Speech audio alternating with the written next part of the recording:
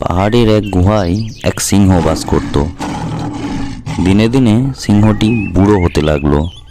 বনে গিয়ে শিকার করার মতো তার শরীর ছিল না, সে কারণে তাকে রোজই খাবার না খেয়ে কাটাতে হতো। বুড়ো সিংহ তখন মনে মনে একটা মতলব বাঁধল। সে সারা বন জুড়ে রটিয়ে দিল তার খুব অসুখ হয়েছে, আর সে গুহার বাইরে যেতে পারে না। বনের পশুরা এই খবর পেয়ে সিংহকে একে একে দেখতে গেল।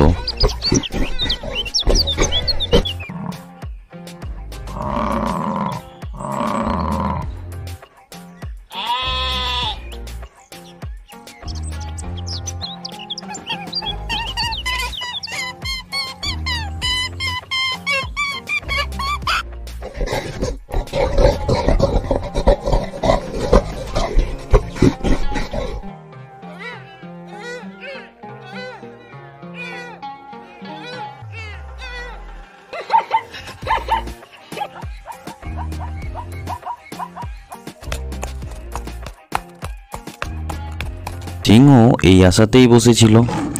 সিংহর অসুখ হয়েছে ভেবে কোনো পশু যখন তার কাছে যেত তখন সিংহ তার ঘাড় মটকে খেয়ে ফেলত।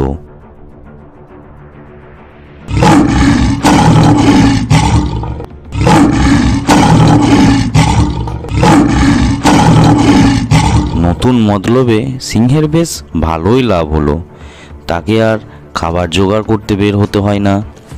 একদিন এক শিয়াল গেল সিংহকে দেখতে।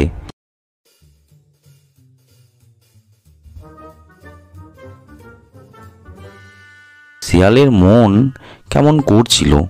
সিংহের কি সত্যি অসুখ হয়েছে, নাকি ছল করে পশুদের গুহায় এনে মেরে ফেলছে? তাই শিয়াল সিংহের গুহায় না ঢুকে গুহার মুখ থেকেই হাঁক মারল, মহারাজ, আপনি কোথায়? কেমন আছেন? শিয়ালকে দেখে সিংহ তো বেজায় খুশি। সে গুহা থেকেই বলল, কে? শিয়াল ভায়া নাকি? কয়েকদিন ধরে তোমার কথাই ভাবছিলাম। সবাই আমাকে দেখতে এলো, শুধু তুমি এলে না। শরীরের যা হাল, কদিনই বা আর বাঁচবো। তা ভায়া, এত দূরে কেন? আমার গুহায় এসো, তোমাকে একটু ভালো করে দেখি। সিংহের কথা শুনে শিয়াল বলল, মহারাজ, আপনি তাড়াতাড়ি ভালো হয়ে উঠুন, কিন্তু দয়া করে শুধু আপনার কাছে যেতে বলবেন না।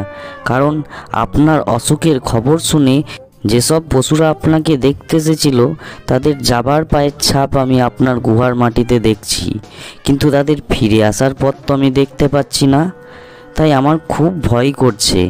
তাই আমি এখান থেকেই আপনাকে প্রণাম করে পালানোই উচিত ভাবছি।